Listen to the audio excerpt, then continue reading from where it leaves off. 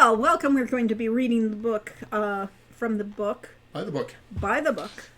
Written by Lori Cole and written by Mishell Baker. We collaborated on this quite a few years ago, around 2001.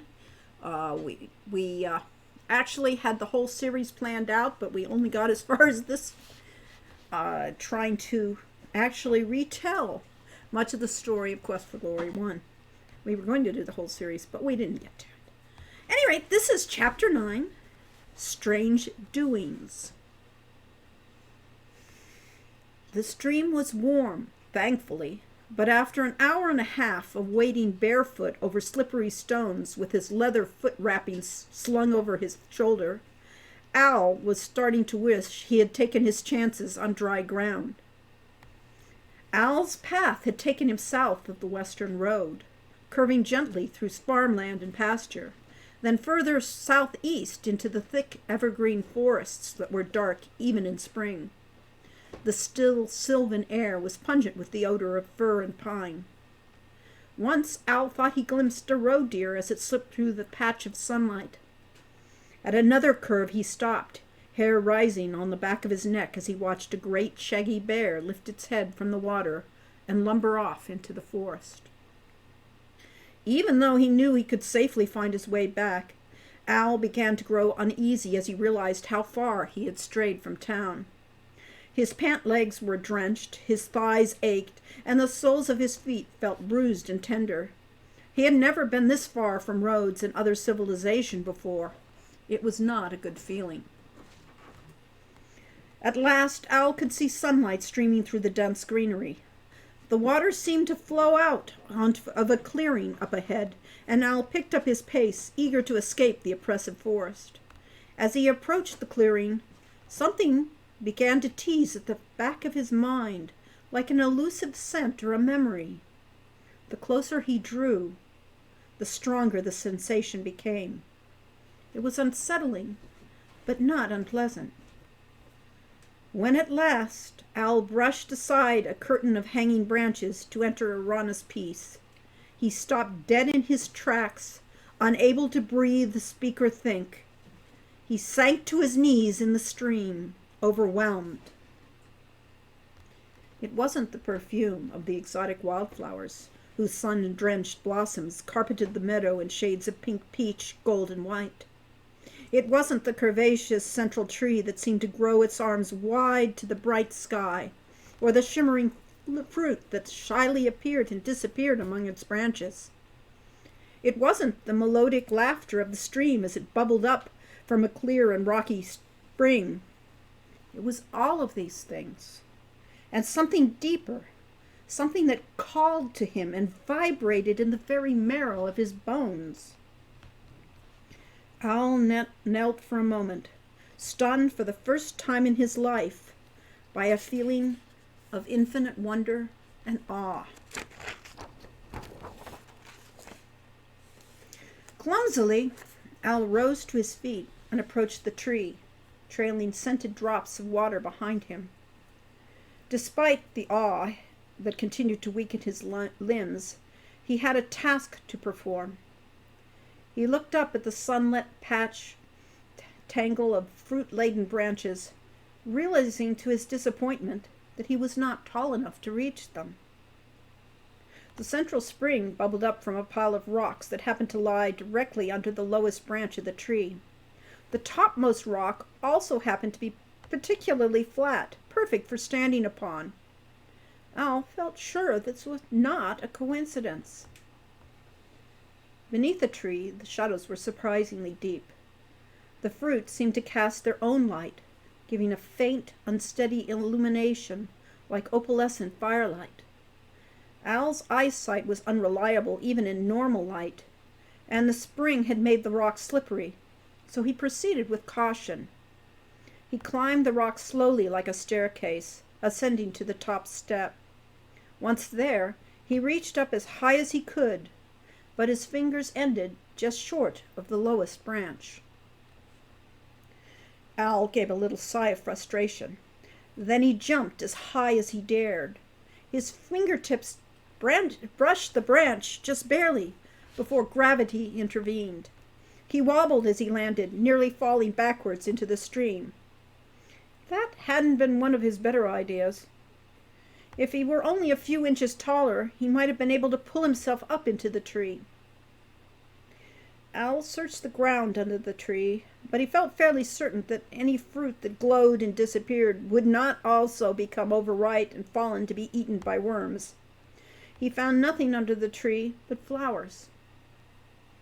All he lacked were perhaps 3 inches in height. He thought of the weight on his left shoulder, and with a qualm he withdrew the book from his bag. Reverently he looked at it, making a rough measurement against his fingers. Yes, it was more than 2 inches thick, maybe 3. He looked at it a little longer. He couldn't do it. He just couldn't put that beautiful gold-stamped leather down on the slippery, wet rock and plant his muddy foot on it. He'd have to get help from someone taller. Hawk or Falcon could probably reach the branch. Even Wren, he admitted to himself wincingly. He still hadn't gotten used to looking up to her. How could she have gotten so tall? He was 2 years older than her. With another sigh, Al sat down on the rock and picked up his book, opening it to somewhere in the middle of the alphabet. Except that the alphabet wasn't there. On a page that should have had a letter, a drawing, and a rhyming couplet, there was only a strange symbol. He knew what it was immediately. A rune. Al was certain it had never been there before.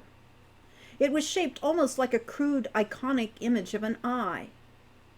As he watched, suddenly the rune began to glow with a dim, purplish light. Quickly, Al flipped back to the first page, where there should have been a large A and a red apple. Again, there was only a rune. He stared at it, waiting to see if it would begin to glow. Instead, a sudden gust of wind blew out of the book, tossing his hair from his face. Al shut the book as though it had stung him. Then cautiously, he opened the book to a different page and watched as a diamond shape appeared, altering form to an hourglass, and then disappeared from the page. Even as he turned through the page's magical runes, he couldn't help wondering why his book had changed so. He glanced at his hand upon the page and noticed it was tinted violet by the light of the glowing fruit from the branches above his head. He closed the book, climbed down from the rocks, and moved out into the sunlight to get a different view of the pages. Then he opened the book again. The runes were gone. Al leafed through the book, but it was only a child's alphabet once again. He looked back at the tree and nodded in satisfaction. Even the light from Irana's tree was magical. It was a shame, however, that he lacked the ability to read runes. What if they said something important? Al felt a strange heaviness at his chest at the thought, and the thick, perfumed air suddenly seemed cloying. He turned his back on the tree and trudged back into the stream. It was growing late. He had to get back to town before it got dark. He would come back, though. Of that he was certain. When at last Hawk arrived at the Adventurers Guild Hall, waking the guildmaster took considerable effort. The moment Wolfgang's drowsy eyes beheld Hawk's trophy, however, the old dwarf sat bolt upright in his chair, looking more alert than Hawk had ever seen him. "Great gods, boy! You cross paths with a direwolf?" Wolfgang squinted at him in concern. "Are you hurt?" Hawk gestured to his wounded leg. "It's nothing." "Don't tell me about direwolf bites, young man. That could bleed for hours if you don't wrap it up. Look over there in the cabinet by the trophy shelf. There should be some bandages." Following Wolfgang's gesture, Hawk found a dusty cabinet and opened it, discovered a small roll of bandages. They were slightly discolored with age, but since Hawk's blood was slowly dripping down his ankle onto the polished wood floor, he decided not to be choosy. He put down the wolf head on the trophy shelf and reached into the cabinet. "If that leg's not much better by tomorrow," Wolfgang said, "you'd best see the healer about it. She lives in a little hut off the western road these days." Hawk lifted his trouser leg, wincing, and began to wrap the bandages around his calf. "I don't think it's that serious," he insisted. "It's a good thing the other two wolves ran off, though." "It's nothing but luck that brings you back here alive, boy," said Wolfgang gruffly. Hawk looked over at him and saw that the old man's gaze was unusually sharp and lucid. "I've never lost a battle," said Hawk, a bit irritated. "I hardly believe that's luck." "Call it what you will," said the dwarf, but his eyes remained stern. As Hawk finished wrapping his leg, he raised his eyes to the wall opposite him, where the most splendid trophies hung. A dragon, a griffin, an exotic animal Hawk couldn't even identify, and a lead-gray direwolf. Hawk stopped for a moment, cold all over. The head was half again as large as the one Hawk had brought in, and its features had been reshaped into a vicious snarl that made Hawk's hair stand on end. "I hate direwolves," he said with sudden venom. "Hate them?" mused Wolfgang. "Or fear them?" "A hero's heart has no place for fear," Hawk quoted, but his voice sounded uncertain even to his own ears. "You would do well to fear the direwolf," said the guildmaster. "Their strength lies not in their cunning, but in their numbers. You cannot kill every wolf in the pack, my boy. You survived only because you picked the right one." Hawk started to protest, but something in the dwarf's eyes made him hesitate. He averted his gaze, then tied off the bandages. It hadn't been luck. It couldn't have been. He'd read How to Be a Hero from cover to cover, and he knew for a fact that the word luck did not appear anywhere in its pages. Falcon trudged wearily down the main street for the second time that day. Siegburg was huge compared to Alpendorf, and he'd been searching for his sister for hours. It was impossible. There were just too many places that Wren would be interested in exploring, and Falcon was tired from cleaning out the stables. According to Hilda, at the fruit and vegetable stand, Wren had gone off looking for someone she'd met the day before. Trust Wren to make friends with people right away.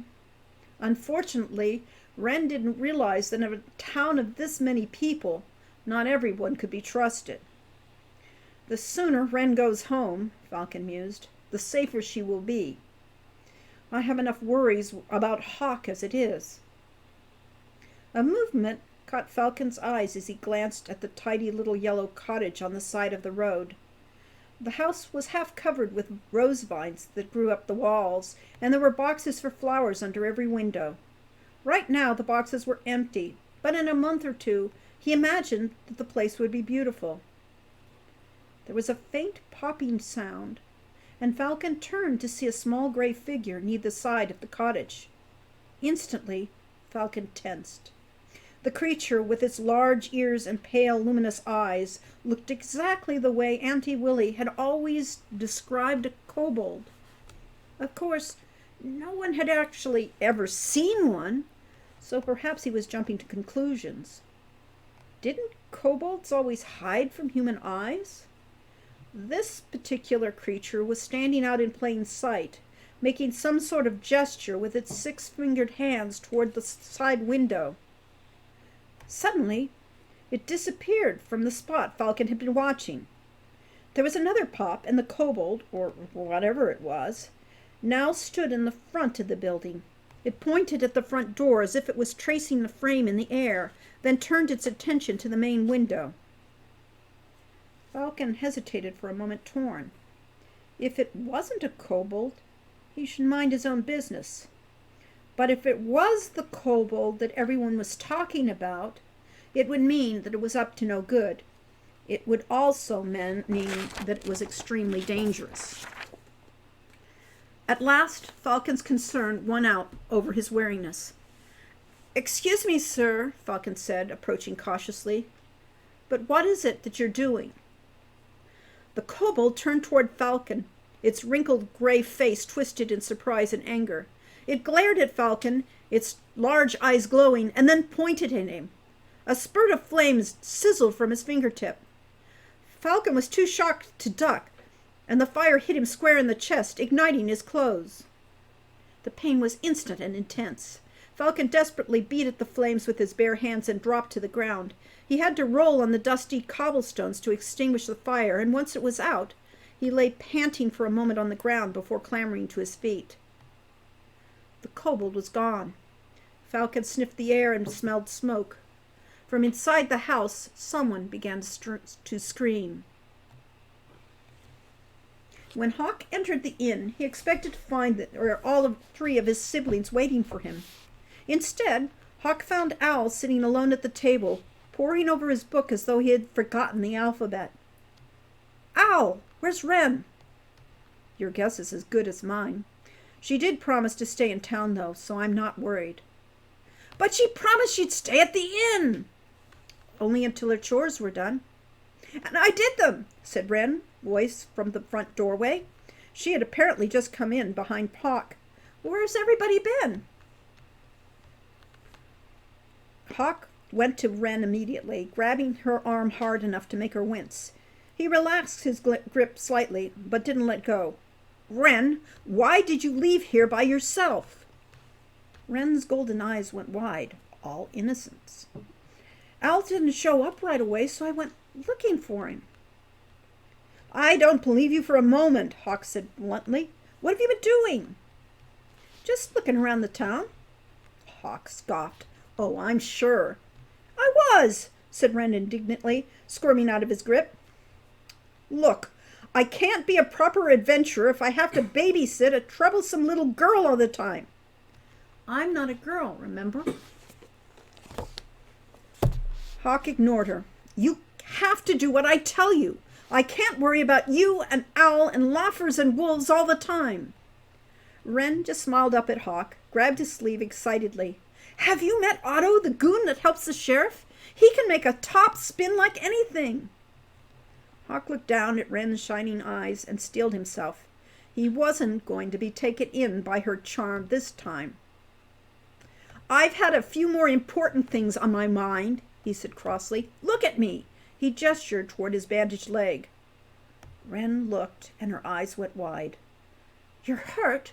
What happened?" "I got caught out in the forest by a pack of dire wolves." "You fought a wolf pack all by yourself?" said Wren, with a gratifying note of respect in her voice. "Dire wolves," emphasized Hawk. "But do you think I could have defeated them if I were worrying about you? If I had known you were going off wandering somewhere tangling with goons, and who else knows what else?" Wren's eyes were still shining with excited admiration. She didn't seem to get the point of his lesson. Suddenly weary, Hawk sat down in the nearest chair and put his head in his hands. Maybe having his whole family here wasn't going to be a picnic. "How many wolves?" came Owl's quieter, curious voice. Hawk looked up. "3, but 2 got away." He reached into his money pouch and pulled out the 10 silver mond, which he spilled dramatically on the table. "There's the bounty." Wren bounced into a chair next to Hawk and began counting the silver. "Hawk, you really are an adventurer now," she said. 8, 9, 10 Mondays. We're rich." Hawk grinned at her mistake as she watched the firelight glint off the coins. "Well, I certainly earned them," he said inside. "Oh, Wren, what am I going to do with you?" He smoothed her hair, and she ducked away from him playfully. "Actually," said Owl, "she may be able to help me tomorrow." Hawk looked at his brother skeptically. "How could Wren possibly help you?" "That's my concern," said Owl. "Tomorrow I'll conclude my business and take Wren home. I, unlike Wren, am not particularly enamored of this place." "You just need to get used to it," said Hawk encouragingly. "Owl," chimed in Wren. "There's supposed to be magic in the valley," she said. "How can you not like it here?" Magic or no magic, this is obviously no place for us, Owl replied grimly. But think of all the adventures we could have, insisted Wren. Wren, snapped Hawk, don't even think about it. Wren turned on Hawk, her eyes wide with surprise. Why not? What am I supposed to do, wash dishes all day? I might as well go work for the headsman's wife. Fine then, go home, you're nothing but trouble to me. Wren set her jaw, glaring at Hawk. You can't make me go home. Want to bet? Just then the door to the inn opened, and Falcon entered, singed and filthy. After a brief, shocked silence, all three of them spoke almost at once. Where have you been? Gee, what happened to you? Has there been a fire? Falcon just leaned against the door, apparently trying to catch his breath. Yes, a fire, he said. It's out now. The kobold, said Hawk, thinking instantly of the ruined bakery.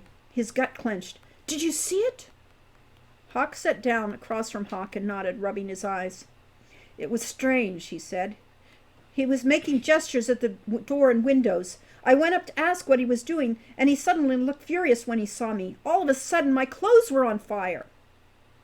Owl leaned forward in his chair. A fire spell, he murmured. Interesting. Hawk shifted in his chair from frustration. It had to be the kobold that the sheriff and Wolfgang had mentioned, and while he'd been out fighting wolves, Falcon had seen it. I tried to put the flames out, Falcon went on, and the kobold must have run away. Then I heard a scream from the house, and I could see that the house was on fire. Wren gave a little gasp. Hawk glanced at her and saw that she, too, was wrapped. This was getting ridiculous. Someone was inside, but when I tried to open the door, it was stuck. I yelled for help, and a passing woman ran to get the sheriff. I imagine the kobold must have sealed the door, said Owl. I've heard of stories of them doing that as pranks, but never on a burning house. Falcon nodded. So I had to break the big window. It was a little old lady inside, and she wouldn't leave first. She handed me a bird in a cage to rescue, and then her cat. The cat scratched me trying to get away. Finally, I convinced the woman to climb out the window, but first she made me turn around so I wouldn't see her petticoat. Wren giggled. Women are so silly about stuff like that. And that's about the time the sheriff and the other people showed up, and they started to put the fire out. It didn't burn much, fortunately. It's a good thing you caught it quickly, said Owl. You're a hero, cried Wren. Hawk felt a twist in his gut. Falcon, he said sharply, it was foolish of you to approach that kobold by yourself. You saw what it did to the bakery. Falcon looked down, obviously uncomfortable.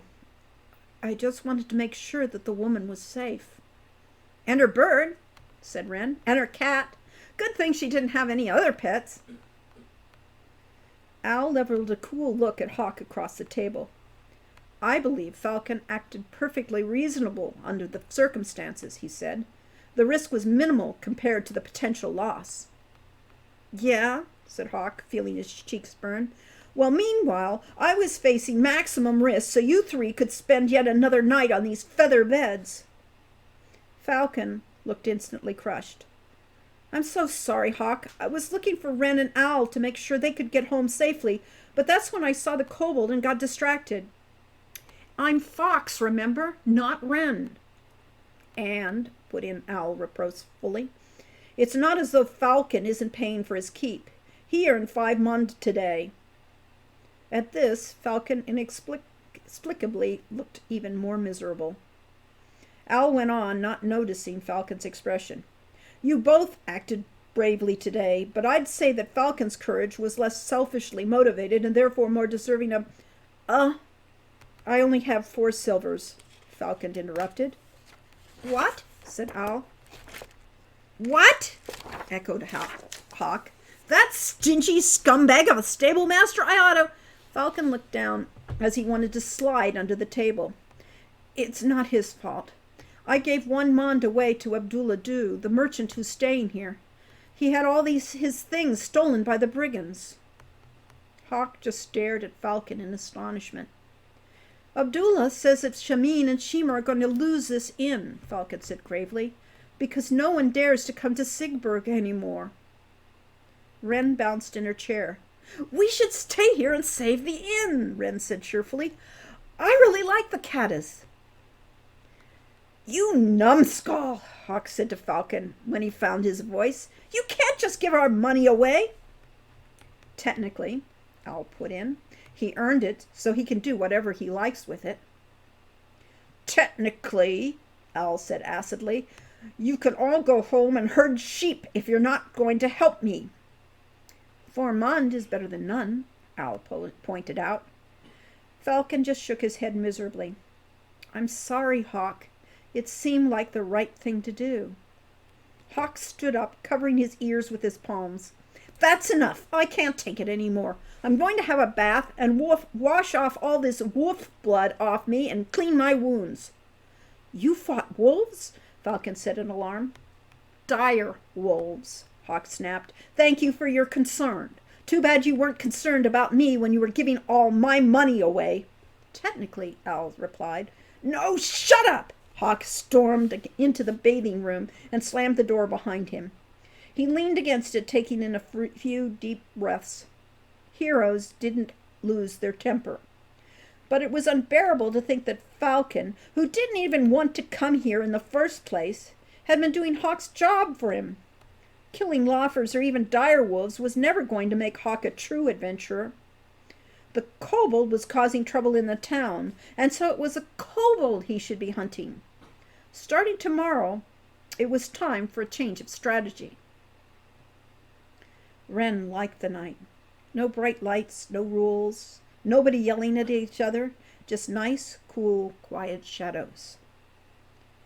Trying to move as silently as a cat, Wren crept down the dark street where she had first met Bruno.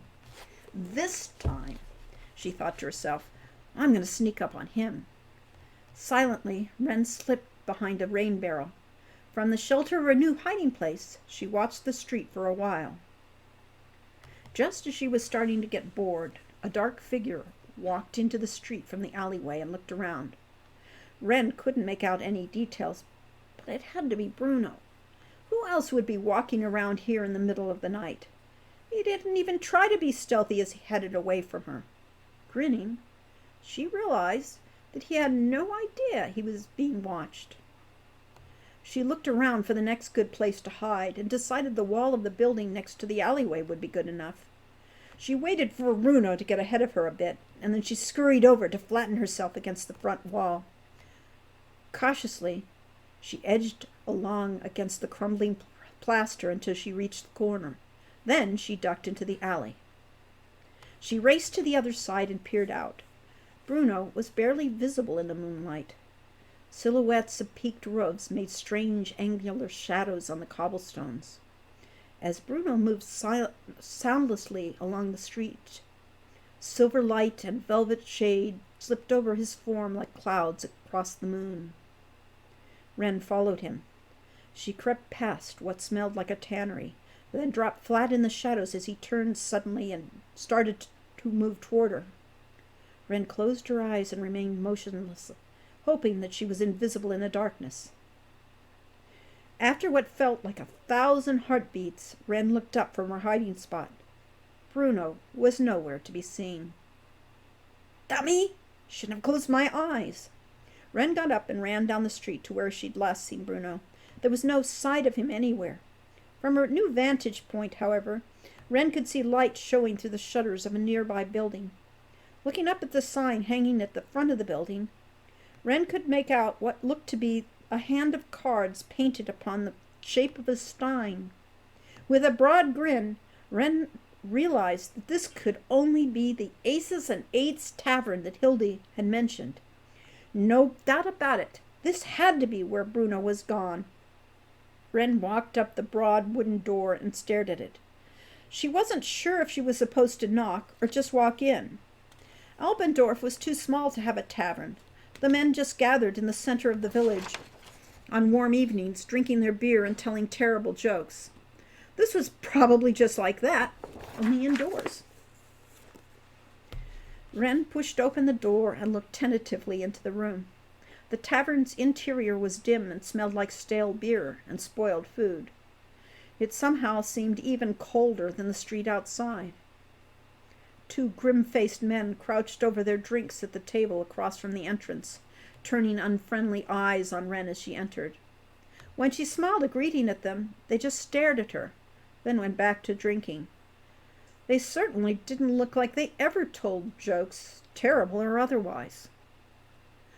Aside from the two men at the table, an ugly man working behind the bar and a huge goon standing beside a back door, there were no other people in the tavern. Had she mistaken someone else for Bruno? Wren regarded the two customers thoughtfully. One of them had begun to list slightly over to one side, and the other was spilling more beer down his chin than he was managing to drink. Wren figured they'd been drinking for a while, so neither of them could have been the man she had seen in the street. It had to be Bruno. No one else moved like that. Her instincts told her that he would come here, but if so, where was he hiding? Wren walked over to the bar that ran alongside of the small room. The bartender looked her over with his piggish eyes and snorted. Wren climbed up onto one of the bar stools. "Hi, I'm Fox," Wren said in as deep a voice as she could manage. "You must be Berthold." The bartender just stared at her without comment. "Have you seen Bruno recently?" she asked. The bartender didn't respond. Either he's dumb as a goon, Wren thought, or he's just plain rude. She tried again. "Can I have a drink?" Berthold nodded, picked up a grimy stein, and walked over to the beer tap to pour out the dark brew. Wren grinned with anticipation. She'd been never allowed to drink beer in Alpendorf. Here she could do whatever she wanted. Berthold put the drink down in the bar in front of her. "One Mond," he squealed in a voice that like nails on a plate. Yikes! No wonder he didn't talk much. "A silver piece?" Wren asked, her voice almost matching his in her dismay. She quickly lowered it again. "I'm sorry, but I don't have any money with me." The bartender snatched the stein away and glared. "Get out of here!" Wren sighed and jumped off the stool. She headed back towards the entrance, then stopped and looked back. The only other way was that back door by the goon. Did it lead outside? Or to another part of the tavern? Maybe that's where Bruno had gone. Wren glanced warily at the bartender who stood drinking his beer. He grimaced and started to pour the rest of the beer back into the large barrel. Wren took advantage of his distraction to slip quietly over to the goon. The massive creature towered over her, looking down at her as though she were a bug that badly needed squashing. Wren forced herself to smile. "Hi," she whispered. "I'm a friend of Otto's." Judging from the way the goon sneered and bared his yellow fangs, it wasn't impressed. "Hey, what you doing back there?" yelled the bartender. "I told you to get out." "I am," replied Wren as she reached for the door handle. "Isn't this the back door?" "Crusher, get him!" Berthold ordered. Wren felt the goon's fist wrap tightly against the back of her shirt, and she struggled in the air like a kitten held by the nape. She struggled helplessly in Crusher's grip, not quite daring to kick him. Before she realized what was happening, Wren found herself thrown through the air and back onto the street in front of the bar. She managed to keep her head from hitting the street, but her knees and elbows raked painfully across the rough paving stones. The tavern door slammed shut behind her. Wren slowly picked herself up, wincing at the pain, fighting back tears of frustration. This night was a total waste. She didn't find Bruno, she didn't get to find out what beer tasted like, and she didn't even get to see what was behind the mysterious door in the tavern. She sniffled a little, then grinned. "I did get kicked out of a tavern," she thought proudly to herself. "And I learned there's something mysterious going on at the Aces and Eights. And I'm going to be the one to find out what it is." That was chapter 9. Record. Okay, I get to turn off the record. because that was this chapter.